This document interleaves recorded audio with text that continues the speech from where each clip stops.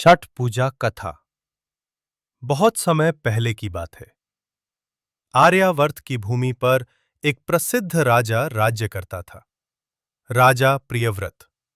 राजा धार्मिक, न्यायप्रिय और प्रजा की भलाई करने वाला था। परंतु एक पीड़ा उसे भीतर से तोड़ रही थी। वो पीड़ा थी संतान का ना होना। राजा और रानी ने अनेक यज्ञ किए, संतों की सेवा की, देवताओं की पूजा की, परंतु वर्षों बीत जाने के बाद भी उन्हें कोई संतान प्राप्त नहीं हुई। एक दिन राजा ने अपना दुख लेकर अपने गुरु महर्षि कश्यप के पास गए।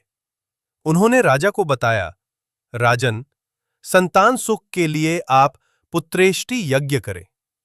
राजा ने गुरु की आज्ञा मानकर वैसा ही किया। कुछ समय पश्चात रानी को गर्भ धारण हुआ। राजा और रानी की खुशी का ठिकाना नहीं रहा। समय आने पर रानी ने एक सुंदर, तेजस्वी पुत्र को जन्म दिया। लेकिन जन्म लेने के कुछ ही समय बाद वो बालक मृत हो गया। राजा और रानी के जीवन की सारी खुशियां एक ही क्षण में उजड़ गईं। महल में शोक छा गया। राजा ने अपने भाग्य को कोसा और राजमहल छोड़कर जंगल की ओर निकल पड़े। वहीं एक दिन उन्हें एक अलौकिक देवी के दर्शन हुए। वे थीं देवी षष्ठी माता। देवी षष्ठी माता, जो सूर्य की छोटी बहन मानी जाती हैं, बच्चों की रक्षक देवी हैं। उन्होंने राजा से कहा, हे राजन, तुम्हारे जीवन में संतान सुख की प्राप्ति तभी होगी जब तुम मेरी विधि पूर्वक पूजा करोगे, मेरे व्रत का पालन करोगे और अन्य लोगों को भी इसे अपनाने का संदेश दोगे। राजा ने झुककर देवी को प्रणाम किया और पूछा, हे माता, मुझे बताइए, मैं किस प्रकार आपकी पूजा करूं? देवी ने उन्हें षष्ठी व्रत की विधि बताई, जो कार्तिक शुक्ल षष्ठी को किया जाता है। सूरज को अर्घ्य देकर, निर्जला व्रत रखकर, शुद्धता और श्रद्धा से। राजा ने उसी क्षण संकल्प लिया कि वे इस व्रत को करेंगे और प्रजा में भी इसका प्रचार करेंगे। और तब से छठ व्रत का आरंभ हुआ। राजा प्रियव्रत ने देवी षष्ठी माता के वचन को हृदय में उतार लिया। महर्षियों से व्रत की विधि समझी और कार्तिक शुक्ल षष्ठी के दिन उन्होंने घोर तप किया। उन्होंने निर्जला व्रत रखा, ना अन्न ना जल। उन्होंने सूर्य भगवान को अर्घ्य अर्पित किया और छठी मैया की पूजा की। पूरे राज्य में पहली बार ऐसा दृश्य देखने को मिला था। एक राजा जो भोग विलास का जीवन छोड़कर मिट्टी के चौकी पर बैठा ठेठ ग्रामीण विधि से व्रत कर रहा था। प्रजा भी हैरान थी, लेकिन राजा की श्रद्धा देखकर सब उसकी भक्ति में डूब गए। संध्या के समय जब सूर्यदेव अस्ताचल की ओर बढ़े, राजा ने अर्घ देकर छठी मैया से प्रार्थना की, हे माता, मुझे संतान दो। मैं व्रत से नहीं, श्रद्धा से आया हूं। मेरी पीड़ा दूर करो माता। तभी एक दिव्य प्रकाश प्रकट हुआ और उसी प्रकाश से प्रकट हुईं षष्ठी माता। उनका रूप तेजस्वी था, मुख पर मातृत्व की करुणा थी। उन्होंने राजा को आशीर्वाद दिया, हे प्रियव्रत, तुम्हारे घर शीघ्र ही पुत्र जन्म लेगा और वह दीर्घायु, तेजस्वी और धर्मपरायण होगा। राजा की आंखों से अश्रु बहने लगे।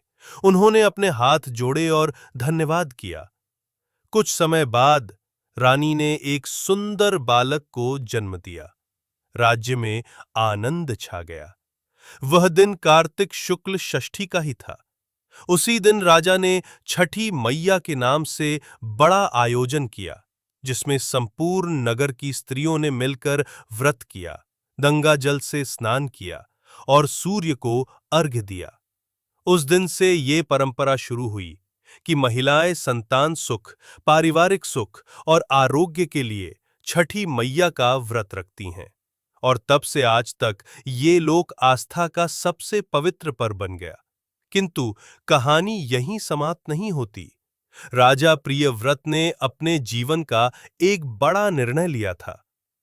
राजा प्रियव्रत की गोद में जब पुत्र आया तो उनका हृदय गदगद हो उठा, परंतु उस आनंद के साथ ही उनके भीतर एक संकल्प ने जन्म लिया। इस व्रत की महिमा सिर्फ मेरे तक सीमित नहीं रहेगी, छठी मैया की भक्ति पूरे राज्य में फैलेगी। राजा का छोटा सा संकल्प अब जन आंदोलन बन चुका था। केवल उनके राज्य तक नहीं, आसपास के प्रदेशों में भी लोग छठ व्रत करने लगे। हर ओर बस एक ही नाम गूंजने लगा, छठ मैया की जय हो। वहीं से इस व्रत की महिमा गांव-गांव, नगर-नगर फैलती चली गई। वर्षों बीते, राजा प्रियव्रत वृद्ध हो चले थे। एक दिन जब उन्होंने अपने पुत्र को गले लगाते हुए देखा तो भावुक होकर बोले, पुत्र, इस जीवन में मुझे राजपाट से नहीं, मैया के व्रत से जो संतोष मिला है वो अवर्णनीय है। ये व्रत केवल एक पूजा नहीं है, ये तो जीवन को शुद्ध करने का संकल्प है। उन्होंने कहा, धर्म, त्याग और श्रद्धा से किया गया ये व्रत हर महिला, हर पुरुष के जीवन को बदल सकता है। ये व्रत हमें सिखाता है, तप करो पर आत्मा से, मांगो पर दूसरों के लिए। उनकी बातें सुनकर रानी और पुत्र दोनों भाव विभोर हो उठे। राजा ने अंतिम समय तक छठ मैया की पूजा नहीं छोड़ी। उनके बाद उनके पुत्र ने इस परंपरा को और अधिक विस्तारित किया। इस तरह छठ पूजा केवल एक रिवाज नहीं, जन जन की श्रद्धा बन गई।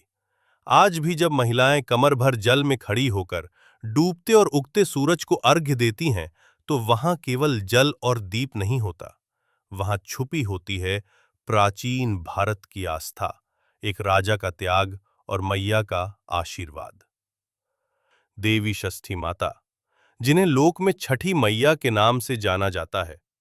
बहुत कम लोग जानते हैं कि छठी मैया कोई साधारण देवी नहीं, वे स्वयं भगवान सूर्य की छोटी बहन है। वे सृष्टि की पालनकर्ता, संतान की रक्षिका और जीवन ऊर्जा की साक्षात अधिष्ठात्री हैं। जब राजा प्रियव्रत ने पहली बार उनका व्रत किया, तब वे स्वयं प्रकट हुई थीं। लेकिन उन्होंने तब एक और रहस्य बताया था। हे राजन, मैं केवल उन भक्तों के समीप आती हूं जो पूरी निष्ठा, पवित्रता और त्याग के साथ यह व्रत करते हैं। ये व्रत केवल मांगने का नहीं, समर्पण का है, उन्होंने आगे कहा। जब कोई माता संतान के सुख के लिए 3 दिन तक निर्जला रहकर व्रत करती है, जब वह सूरज को अर्घ्य देते हुए जल में खड़ी रहती है, जब वह अपने मन, वाणी और आहार को नियंत्रित करती है, तब मैं वहां प्रकट होकर उसका कल्याण करती हूं। इसलिए छठ पूजा में सूर्य भगवान को भी प्रमुख स्थान मिला, क्योंकि सूर्य जीवन का आधार हैं, प्रकाश, ऊर्जा और संतुलन के देवता।